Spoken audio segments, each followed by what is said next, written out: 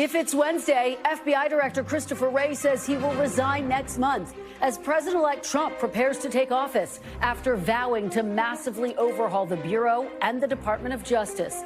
Plus, top senators react to President-elect Trump in my exclusive interview calling for a bipartisan deal to protect dreamers, as NBC News has new reporting on Mr. Trump's latest plans to toughen immigration enforcement. And new evidence in the investigation into the murder of the United Healthcare CEO. Investigators say Luigi Mangione's fingerprints match those recovered at the crime scene. And they found written notes about targeting a CEO with a gun.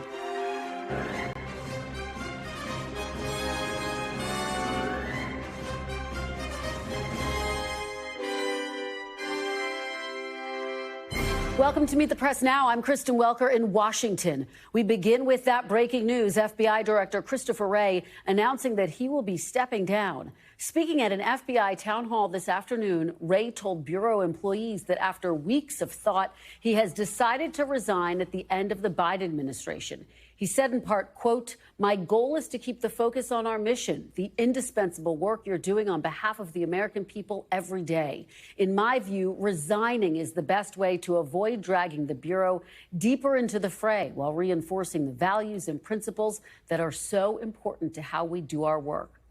Wray's announcement comes 2.5 weeks after President-elect Trump announced he was picking Kash Patel to serve as FBI director, despite Wray's 10-year term not expiring for more than 2 years. Wray was appointed by Mr. Trump in 2017 after then-President Trump fired James Comey as FBI director. Moments ago, in a social media post, the president-elect called Wray's resignation, quote, "a great day for America." Late last week in my exclusive interview, I asked Mr. Trump about his plans regarding FBI Director Wray. Here's a little bit of what he said. Sir, are you going to fire the current FBI Director Christopher Wray, who you appointed? Well, I can't say I'm thrilled with him. He invaded my home. I'm suing the country over it. He invaded Mar-a-Lago. I'm very unhappy with the things he's done. And crime is at an all-time high. Migrants are pouring into the country that are from prisons and from mental institutions, as we've discussed. I can't say I'm thrilled. I don't want to be Joe Biden and give you an answer and then do the exact opposite. We're going to talk about so that. I'm not going to do that. What I'm going to say is I certainly cannot be happy with him. You take a look at what's happened. And then when I was shot in the ear, he said, oh, maybe it was shrapnel. Where's the shrapnel coming from? Is it coming from heaven? I don't think so. So we need somebody to straighten. You know, I have a lot of respect for the FBI, but the FBI's respect has gone way down over the last number of years. Don't you have to fire him in order to make room for Kash Patel if he is, in fact, confirmed? Well, I mean, it would sort of seem pretty obvious that if Kash gets in, he's going to be taking somebody's place, right? And somebody is the man that you're talking about. And just moments ago, we heard from Kash Patel, who's been on Capitol Hill today meeting with lawmakers. We look forward to a very smooth transition, and I'll be ready to go on day one. Are you going to be seeking retribution against Donald Trump's political opponents, sir?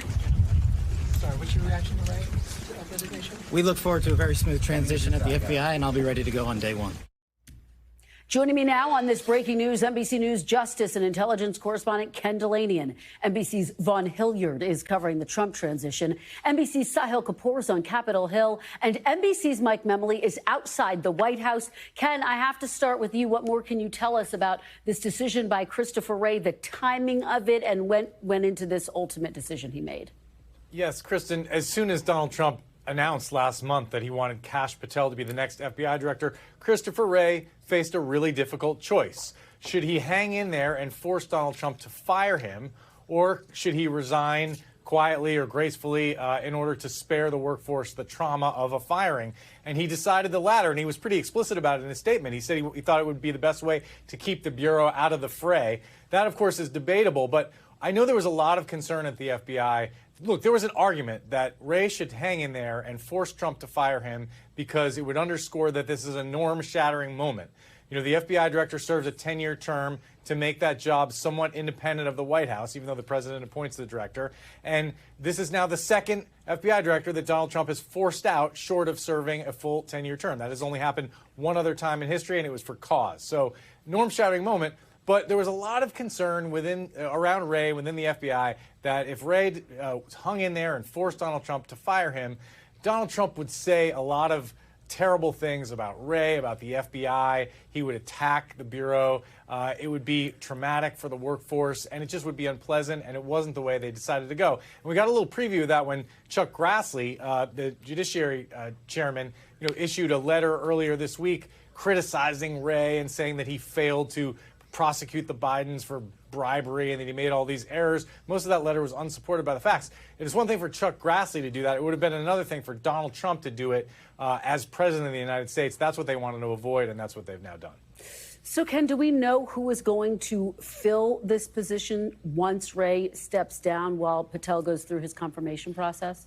Yes, we got clarity on that. So Wray intends to work through January 20th, and then when he resigns, Paul Abate, the deputy FBI director, will become the acting FBI director, and then it will be up to Donald Trump to decide the fate of that office because, look, Donald Trump is no fan of Paul Abate either. Paul Abate was instrumental, as was Chris Wray, in the decision for the FBI to conduct that search of Mar-a-Lago.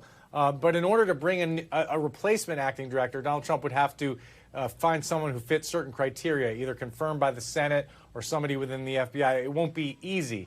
But that is the plan right now for the deputy to take over on January 20th. All right. Great reporting on this breaking and developing story. Ken, really appreciate it. Vaughn, let me go over to you. We are hearing from President-elect Trump a bit of a defiant statement. Break it down for us. Right. In a statement on his Truth Social account, he immediately posted, quote, "The resignation of Christopher Wray is a great day for America, as it will end the weaponization of what has become known as the United States Department of Injustice. I just don't know what happened to him." When Donald Trump speaks those words, I think it's important for us to go back to 2017 when, after the firing of James Comey, he was the one, then President Trump, who nominated Christopher Wray to become the next FBI director and to serve that what would have been a 10-year term. And at the time, he said that Christopher Wray had impeccable credentials. And so for Donald Trump, as he did with you over this weekend, he has signaled to his transition team that he intended to install Kash Patel into this position and that they expected Christopher Wray to exit one way or the other, whether it was through resignation or a forced firing. And now that's exactly what's taken place. Yeah, and talk a little bit, Vaughn, if you could. And we saw that walk and talk there with Kash Patel, reporters pressing him on whether or not he's going to seek retribution against President-elect Trump's political enemies. Talk a little bit about how a Kash Patel sees the Justice Department and this role so very differently than a Christopher Wray. Right. I think Kash Patel and allies of Donald Trump have viewed Chris Wray as being a member of the so-called deep state. Of course, exactly what does that mean? In so many cases, it's unclear. But by and large, the suggestion is that this is a group of individuals in the federal government, including at the FBI, who have worked to undercut the MAGA movement and Donald Trump politically. And if you go back to 2019, 2 years after Donald Trump elevated Chris Wray to take over the FBI, Donald Trump, he spoke out against Chris Wray after Chris Wray defended the FBI IG's report, which concluded in 2019 that the Russia investigation into alleged collusion between Russian nationals and Donald Trump and the Trump campaign was in fact warranted and politically motivated. And at that time, Donald Trump said that he should not be in the position to be overseeing the FBI. You fast forward to 2 years after that, in 2021, Chris Wray went up to Capitol Hill after the January 6th attack and called it an act of domestic terrorism. He then helped within the DOJ the investigations into the efforts to overturn the election, subpoenas to individuals who were alleged fake electors and other public officials who had information that the FBI was looking into. And then you go to 2022, and Donald Trump, the president-elect, told you this weekend that he was angry that Chris Wray and the FBI went to the courts for a judge-approved authorization to go and conduct the search warrant and execute it of his Mar-a-Lago estate after he allegedly sought to hide classified material from being surrendered to the FBI, which had been working with him to ensure that all of them had been returned to Washington, D.C. And so this is really a long time coming here and a long timeline, but one that Donald Trump is now effectively was able to indirectly helped oust the very man that he had elevated to this FBI director position back in 2017. Yeah, that search of his home, really one of the first points that he made to me about Christopher Wray when I asked him about him. Vaughn, thanks so much for that insight. Sahil, let's go to you on Capitol Hill. I know you've been tracking reaction from lawmakers there. What are they saying today? It's been a mix of reactions, Kristen. We actually had to break the news to several senators who were going about their business in meetings and had not heard about this. But we got a variety of reactions. I think senators, for the most part, agree that this was inevitable simply because Donald Trump has been elected president. The president has the power to fire and replace the FBI director, and Trump has made abundantly clear that he plans to do so. Now, Democrats say it's inevitable for the wrong reasons, that Trump is angry about these investigations into his conduct, which they view as legitimate, and is simply taking it out on Christopher Wray because he was part of the Justice Department that executed those investigations. Republicans are either avoiding that topic of Trump's criticism of the FBI or in some cases defending him. Take a listen to a sampling of senators we talked to about this. I guess I'm not surprised that Chris Wray would choose to resign. I think he tried to serve this job with integrity and always in what was in the best interest of the men and women who work at the FBI. Really unfortunate. A 10-year term should be a 10-year term. The whole point is to have that position be outside of direct political influence. So it's disappointing. Appreciate anyone's willingness to serve, and I think that probably elevates the need to get someone in that role sooner rather than later. And so this process of us meeting, I'll look forward to meeting with Kash Patel and look forward to kind of getting that process moving. Now, in written statements, Kristen, the outgoing Democratic chair of the Judiciary Committee, Dick Durbin, said, quote, "The FBI is critical to our nation's security and our family safety." He added, "It will soon embark on a perilous new era with serious questions about its future." The incoming Republican chair of the Judiciary Committee that oversees the FBI, Chuck Grassley, said, quote, "Wray's departure is an opportunity for a new era of transparency and accountability at the FBI. Future FBI directors ought to learn a lesson from Wray's mistakes," unquote. Essentially echoing Trump here. And of course, this adds new urgency to the question of Kash Patel. It's no longer a hypothetical here because now the FBI director has made clear he will resign. There will have to be a replacement. It's such an important point. And with that point, let's head over to Mike Memoli at the White House. Mike, have we heard reaction from President Biden yet?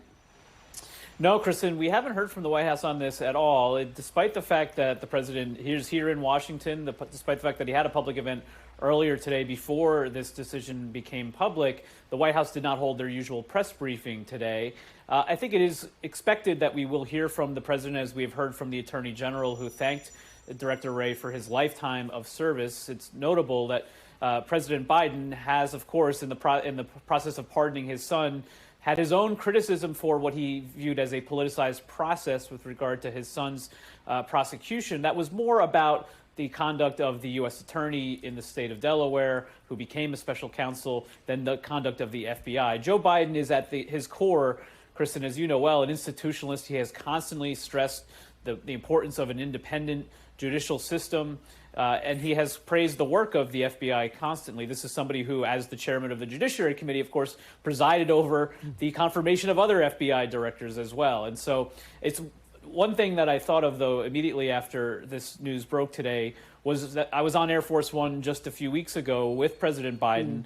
When we landed at Joint Base Andrews, that was when the news of Kash Patel's appointment to lead the FBI broke. So it was something that the president would have learned about in those final hours before he ultimately pardoned his son. The question now is, does Director Wray's decision to step down to avoid this confrontation add to the conversations that we have reported are happening at the White House about doing some preemptive pardons for other individuals who have been in the the crosshairs of Trump world figures?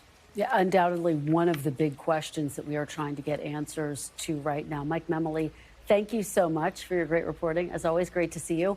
Coming up, exclusive NBC News reporting on the day one immigration agenda of the new Trump administration. Plus, a direct appeal to President-elect Trump from a one-time dreamer, now American citizen, who has had Mr. Trump's ear before and hopes he will listen. You're watching Meet the Press Now.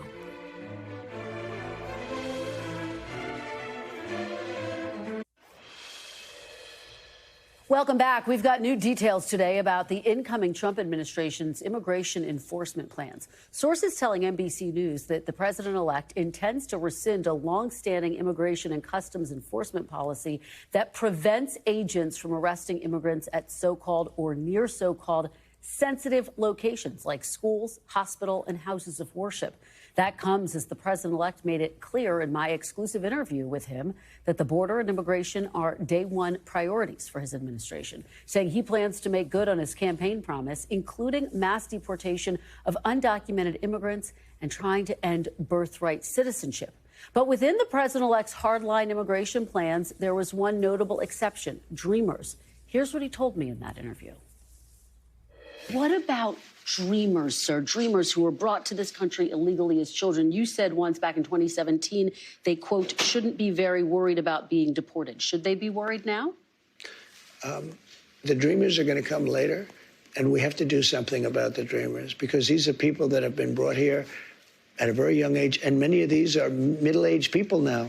They don't even speak the language of their country. And yes, we're going to do something about the dreamers. What does that mean? What are you going to do? I will work with the Democrats on a plan, and if we can come up with a plan, but the Democrats have made it very, very difficult to do anything.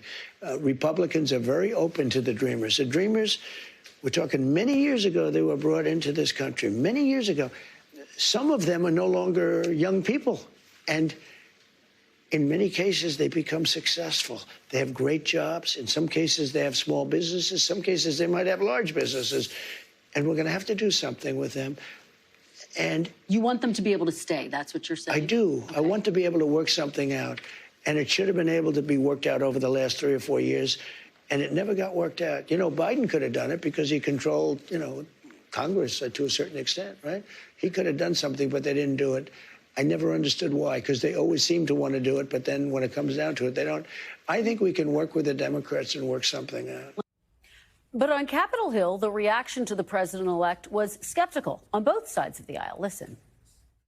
We'll see. The sweet spot on immigration reform has eluded us a number of times, but you know, obviously, if there is a bipartisan willingness to take on that issue, then I'm certainly open to what we can do. I take him seriously, but he's going to have to put his shoulder to the wheel to get it done. There was an agreement with Donald Trump in his presidency involving both the wall and the dreamers.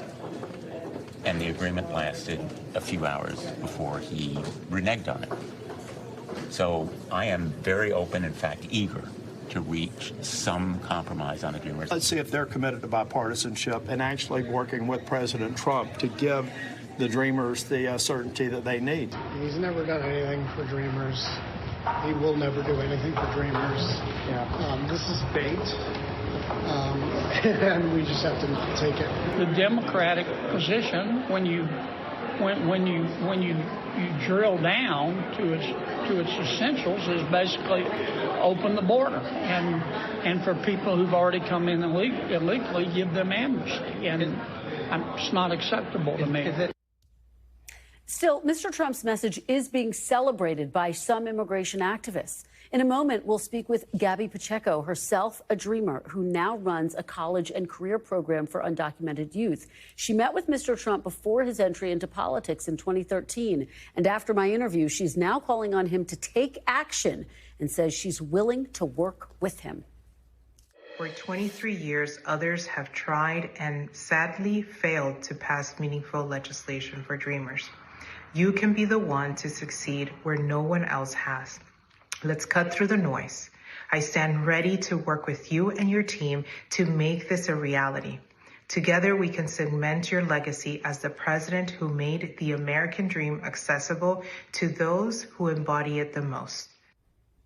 And again, we are going to speak with Gaby, but first, joining me now on set is NBC Homeland Security correspondent Julia Ainsley. Julia, thank you for being here. Great to see you. Good to see you. So let's start right here. You have this new reporting that there is going to be a shift in how law enforcement officials can try to pursue those who are in safe spaces. Tell us what you know. Yeah. Christian, what's so interesting about this is a policy that's been on the books since 2011 and that the first Trump administration didn't roll back. What this does is it tells ICE that they cannot arrest immigrants in certain areas, hospitals, schools, places of worship, also events, weddings, funerals, rallies. If you think about if there's a protest against mass deportations, ICE, under this new rule, when they remove this policy, could go and start arresting undocumented immigrants that are protesting these mass deportations. So what it really does is it takes off any of these restrictions. Previously, ICE could move into some of these places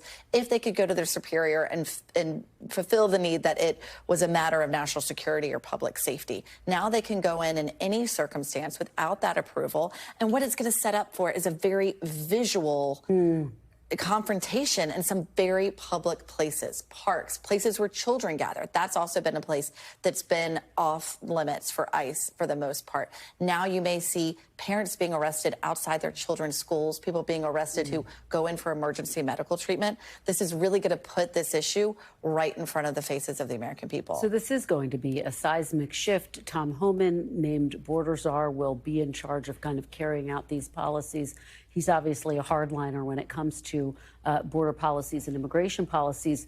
From a feasibility standpoint, is he sending the signal that this mass deportation plan is realistic? Because it is going to require an immense amount of resources and money that Congress presumably is going to have to sign off on. Yeah, absolutely. I mean, he was saying that the 80 billion number that has been estimated might even be low. We're looking at the amount they're going to have to grow ICE detention, the number of planes, contracts they're going to need. Not only could it pull on financial resources, it could also take away from public safety resources, such as sheriffs already trying to operate with strained budgets. So a lot of the rhetoric we're hearing right now, and I know we're part of this when we report on these plans, are some of these pretty big, scary goals that they might have. Scary for some people who are worried about being deported, maybe welcome news for people who think something needs to be done on some of these communities that have been impacted. But in the end, what's going to come down to it is the reality. Will they be able to follow through on this rhetoric? And what we've seen from Trump in the past is sometimes the rhetoric is meant to have kind of a precursor effect to try to scare some people maybe from coming to the border illegally. Well, you're always out front on your reporting on this, Julia. Thank you for bringing us your exclusive news. We really appreciate it. And as I mentioned, I'm joined now by Gaby Pacheco, President and CEO of the Dream.us. Gaby, thank you for being here. We really appreciate it. Let's pick up on President-elect Trump's comments about Dreamers on the video, the very powerful video that you posted. You heard some of the skepticism on Capitol Hill, but you are really making a call to action. Why are you optimistic this might be a moment when you can get something done? Well, what he said was really powerful. And he talked about Dreamers in a way that I don't think anybody else has talked about. He said middle age, which that is true. I'm about to be 40 years old. He talked about us being successful. He talked about us being part of this country and this nation. And I think that he understands that the country supports Dreamers, that it's been 23 years that nobody has been able to get this done. And maybe for him, he's seeing this as a legacy. What are you going to do? What are your next steps to not just try to get in touch with the president and his team, but to try to sound the alarm that this may be, in your perspective, a moment of change for Dreamers? Well, I'm going to hit the Hill. Next week, before they go for recess, I'm going to talk to as many people as possible. I think we need to really come together and hold the president accountable and say, we want to work with you. It's been 23 years, as I said. We've seen bipartisan DREAM Acts. We've seen legislation come from Republicans, like Succeed Act. We've seen the Dream and Promise Act. There's 12 different types of legislation. And so I think we've already done this exercise. I think we just have to be ready and prepare. And the thing that I'm hoping is that we don't tie this to other things as it's been in the past. This is where we're going to fail. Every single time we have tried, they said, oh, this has to be part of a bigger package. Let's just get it done. This is pretty significant what you're saying. You're going to go to Capitol Hill and say this needs to be a standalone piece of legislation. This needs to be standalone. Let's just get it done. We know what we need to do. We know who the Dreamers are. These are upstanding Dreamers. We at the Dream.us have had 11,000 students. They're nurses, teachers, engineers. They work in corporate America. We know who they are. We just need to get it done. When you hear names like Tom Homan, some of the other people who are going to be involved in President-elect Trump's immigration policies, Are you concerned that there's a disconnect? I mean, are you confident that Tom Homan agrees with Donald Trump on Dreamers? Well, that is exactly why I made this video. I'm hoping that President Trump sees it and sees there's willingness from folks to work with him and are ready to applaud him if he's able to get this done. And there will be naysayers. There will be people who are going to try to tie this to the border and other pieces of legislation. And maybe some of his advisors might say, Mr. President, this is not the right thing to do. But the American people, when you poll this, it polls really high. And I think that meeting we had with him in 2013, we had a 45-minute discussion. And we shared our story. He asked a lot of questions. And as we were leaving, he said, "You convinced me." So I'm hoping that he remembers that. I heard people that he has mentioned this meeting.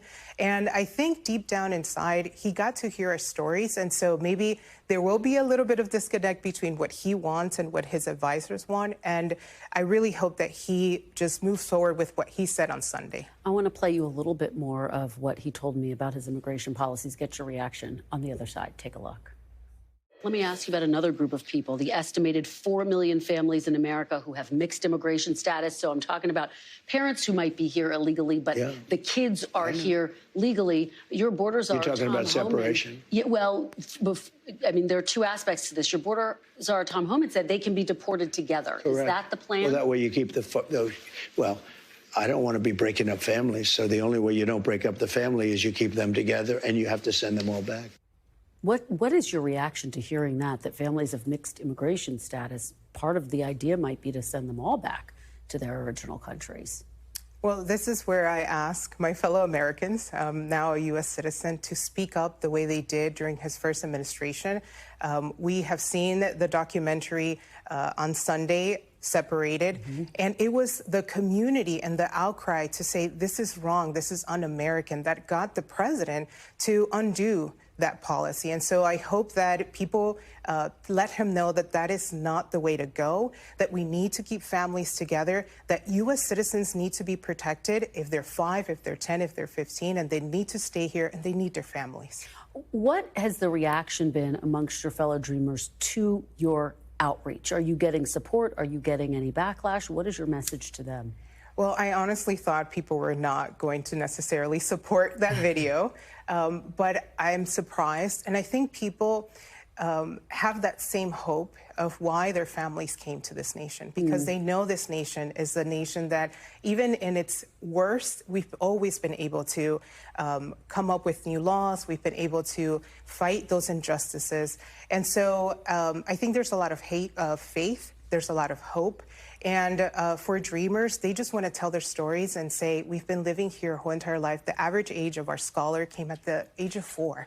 And so they feel American, and they're hoping they're recognized themselves and their families as Americans. You brought up the film Separated, which our Jacob Soboroff worked on, which really takes a look at the zero tolerance policy under the first Trump administration, which he started and then ended, but that did lead to children being separated from their parents at the border. It was meant as a deterrent, but it was perceived as being inhumane, and so he stopped it. Are you concerned that could come back in some form or some fashion in the second Trump administration?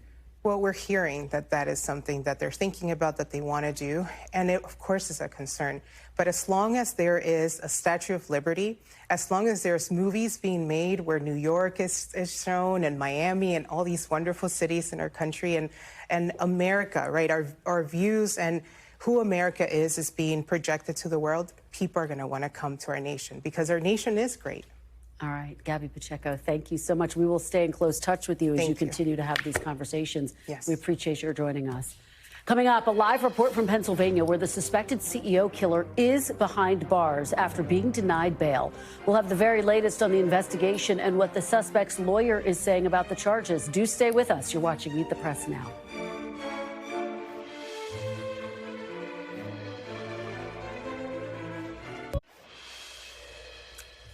And welcome back. We are learning more about the mounting evidence against the man charged with killing United Healthcare CEO Brian Thompson. A senior law enforcement official tells NBC News that fingerprints taken from the suspect, Luigi Mangione, match some of the prints found near the New York City crime scene.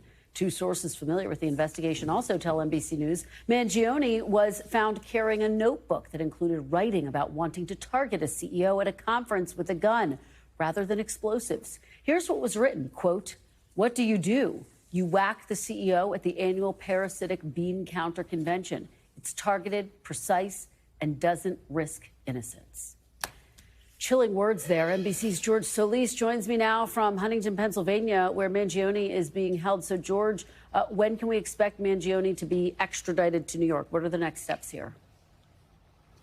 Yeah, hey, Kristen, good to be with you. That is sort of the big question now. We do know, obviously, that he did not waive extradition, which is why he's back here at the state prison. We're awaiting what's known as a governor's warrant, which Governor Kathy Hochul has declared she will sign.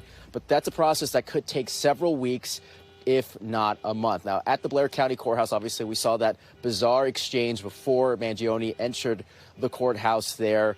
And then he was there for a few hours before he actually left again, before we saw him, before he was brought here. You heard from his defense attorney saying at this point he had not seen any of the evidence to link him to the shooting, but that he would advise his client to plead not guilty, Kristen. George, do we know if he's cooperating with investigators, authorities?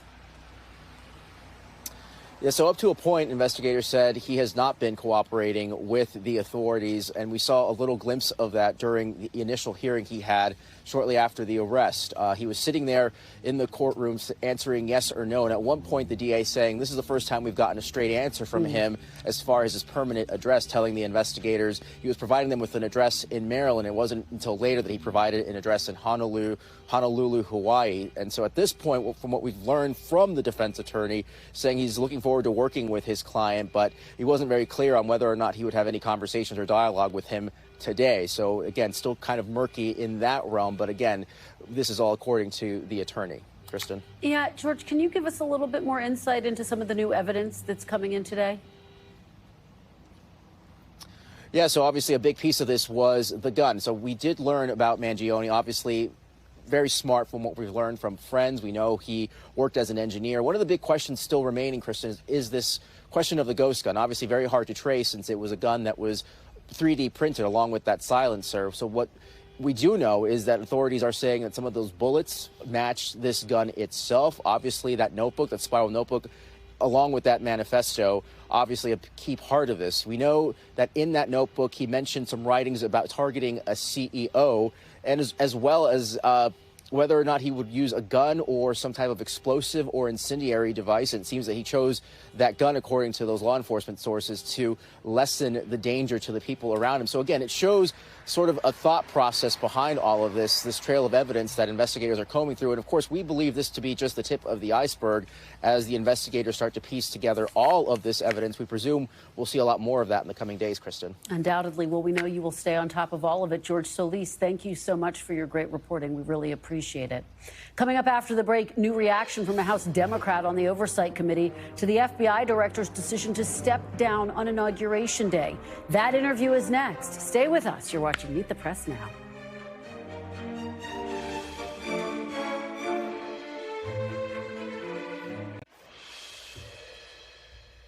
And welcome back. Reaction continues to pour in from Capitol Hill to the news that FBI Director Christopher Wray will step down at the end of the Biden administration. Just moments ago, I spoke to Texas Democratic Congresswoman Jasmine Crockett, a member of the House Oversight Committee, and I asked her for her take on Wray's decision. Yeah, I mean, that's not probably for the best interest of the people in this country. But hopefully the Senate is going to do their part as it relates to all of these appointees that Trump is trying to push forward with. We know that, you know, he's tried to get some very interesting people, to say the least. And if we're going to say the most, we're going to say very unqualified people or people that don't understand that their allegiance should always be to the U.S. Constitution and not to the orange one that is going to swear into the presidency in January. So not really happy about that, but I can absolutely understand if someone does not want to work in this particular incoming administration. Congresswoman, of course, President-elect Trump has tapped Kash Patel to lead the FBI. Democrats broadly are not happy with that pick. But is there anything you can really do about it? I mean, ultimately, obviously, confirmation is going to happen in the Senate.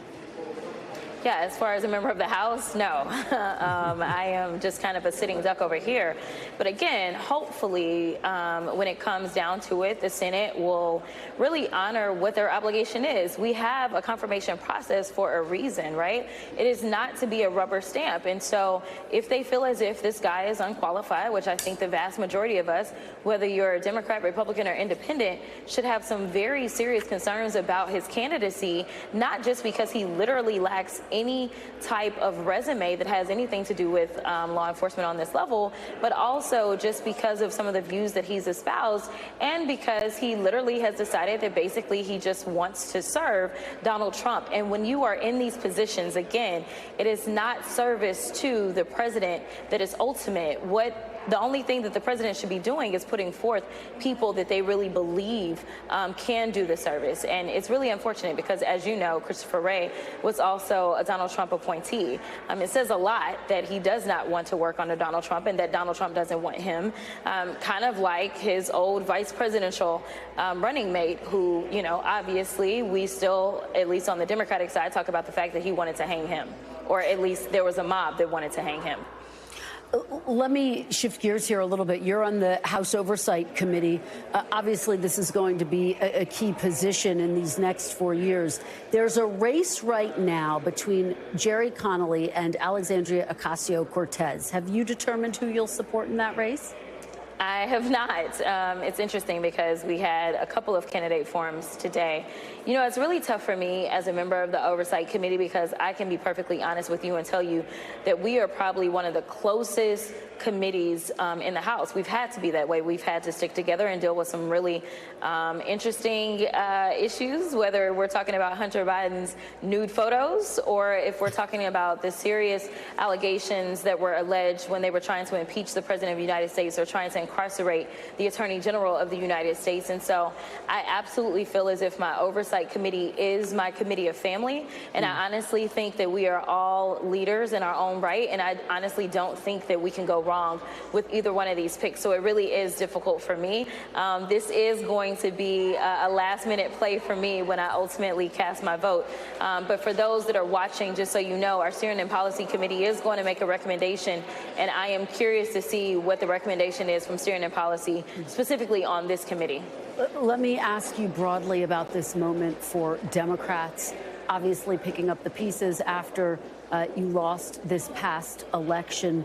Why do you think Democrats lost, and what do you think needs to happen by the midterms and the next presidential election in order to find your footing again? Well, Kristen, no disrespect to you. I think you do great work. But the reality is that those that tune in to our traditional news sources, they absolutely went for us. And we know that the standards that you have to live by as an actual journalist are completely different from other platforms. And so we know that we were winning for those that were tuning into the traditional news sources. But when it came down to people getting their news from places that really aren't even news sources, they were going for Donald Trump by 19 points. And that is exactly why we lost. The reality is that we're going to have to play in spaces that we've never had to play and make sure that we're communicating in all ways. Unfortunately, we can't just rely on the mainstream media to get our message across. The reality is that when we look at our policies are solid and strong. We know that every time there was a ballot measure across the country, for the most part, we were winning on our policies. But what we failed to do is communicate in real time, number one, the lies that were coming before the American people, and number two, the accomplishments in which we were making with this administration. It's going to be important that we communicate at all times, and we don't wait until election time to start to tell everyone everything that we've done, because it's almost impossible to get our message across. Congresswoman, we are almost out of time, but I have to ask you about President Biden's decision to pardon his son. You have been supportive of this decision. He did write in his statement, "I believe in the justice system, but as I have wrestled with this, I also believe raw politics has infected this process and it led to a miscarriage of justice." This is at a time when the Department of Justice has been under attack. Do you think that undercuts the broader public's faith in the Justice Department? I don't think it does. I mean, it's been made clear over and over that this was a Trump appointee that decided to do this prosecution. We know that we heard from former Attorney General Eric Holder when he laid out that this is not the type of case that would normally be prosecuted. And one of the reasons that I could stand strongly with the president in his decision, not that it really mattered because there's nothing that any of us can do about it at this point in time, is because I have practiced criminal defense not only on the state level but on the federal level. And I can tell you that I've never seen prosecutions like this. As someone who also serves on the Oversight Committee, I can tell you for sure that I have never seen anyone so hell-bent on going after someone's child. The only reason that Hunter Biden ever faced these charges was simply because his last name was Biden, and it's really unfortunate. Now, here is the reality.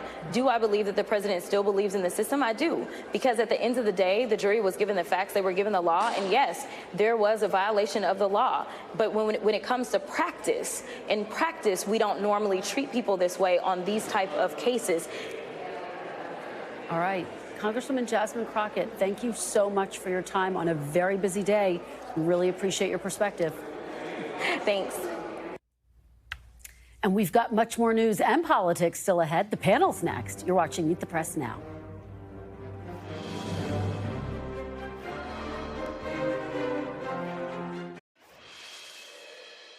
What absolutely, positively must not change is our commitment to doing the right thing in the right way every time. Our adherence to our core values, our dedication to independence and objectivity, and our defense of the rule of law. Those fundamental aspects of who we are must never change. Welcome back. That was FBI Director Christopher Wray earlier today addressing Bureau employees as he announced he will resign next month. Joining me now on set is Audrey Fahlberg, political reporter for National Review, Amisha Cross, Democratic strategist and former Obama campaign advisor, and former Florida Republican Congressman Carlos Curbelo. He is also an NBC News political analyst. Thanks to all of you for being here on what has turned into a big breaking news day. Audrey, let me start with you on this breaking news. We are just getting a mountain of reaction from lawmakers on Capitol Hill. Is it your sense that it's sort of dividing along party lines? What are you hearing? First of all, thank you for having me on today. Senate Republicans are, I think, mostly pleased with this news. There was some frustration from Republicans, obviously, over the Mar-a-Lago raid in particular. Trump had made clear that he wanted to kick Christopher Wray to the curb. So obviously this kind of makes the path a little bit easier for Kash Patel, which I'm sure we'll get to in a moment. But I think in general, we're going to see most Senate Republicans pleased with this and following the president's lead here. Amisha, what are you hearing from Democrats? And, you know, Audrey makes the point, it does make the road that much easier for Kash Patel. I mean, there's still a confirmation. I think yes, there is. I think that you're on point here, just because at the end of the day, Democrats are a little frustrated that this happened sooner, rather than, you know, I don't know whether there was a wait and see if Trump was actually going to get rid of him. He had talked about that multiple times, and maybe he wouldn't. We know that he had a 10-year term anyway, so it was going to be up when 2027-ish. Yeah. I think that for Christopher Wray, this was a smart decision. This is a guy who has gotten a lot of threats for his family. This is a guy who has gotten a lot of personal threats from Trump's base. He's gotten threats, unveiled threats on Truth Social from Donald Trump himself. This is a man who has served this country very valiantly in that role. This is a guy who has done this without partisanship. He investigated both sides. This is also a guy who, for better or worse, will be known in history for the work that he did, particularly not only the Mar-a-Lago raid, but also the ones in which he was getting the files from the current President Biden as well. I think that this is a very important time in our history to acknowledge that there are some people who have taken an oath, who wanted to do those roles, who see that it is so tragic, the retribution toward that this president-elect is on, that they are willing to step aside. Carlos, pick up on that, because in my interview with President-elect Trump, I pressed him repeatedly on his vision for Kash Patel, for Pam Bondi, if they are in fact confirmed. Will he direct them to go after his political rivals? He said no, he's not going to. They'll have to determine what actions they take. First of all, do you think Kash Patel can get confirmed? He's talking about basically overhauling the entire FBI, the very bureau he's been tapped to lead. So, Kristen, these confirmations have two phases, right? The testing the waters phase, where you see these nominees walking the Senate hallways. Matt Gaetz failed the testing the waters phase. Pete Hegseth is kind of, we'll see, right? I think this certainly is going to help Kash Patel be able to graduate from this phase, but then we have hearings. And at these hearings, sometimes you get surprises, sometimes you get new information, sometimes these nominees slip and fall, right? So I still think the road is difficult for Kash Patel. I still think there are a number of Republican senators who are skeptical of the nomination, but without a doubt, today's good news for him. Let's talk about Pete Hegseth. You raised him. He's obviously, Audrey, as you know, facing a number of allegations from sexual misconduct in his past, excessive drinking. I asked President Trump about Hegseth. He says he still has confidence in him. Here's some of the sound that we got from lawmakers on the Hill. Let's take a listen. It was a wonderful conversation. We focused on what needs to be done to make sure this Pentagon is focused on warfighting and lethality. And we look forward to staying in touch with her. I had a good, substantive discussion that lasted more than an hour. I pressed him on both his position on military issues as well as the allegations against him. So I don't think there was anything that we did not cover.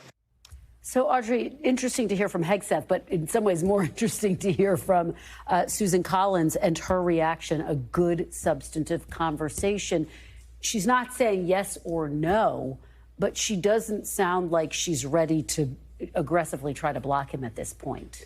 And that is good news for Pete Hegseth. He, of course, had a tricky first kind of 2-week start in that testing the waters phase that you mentioned.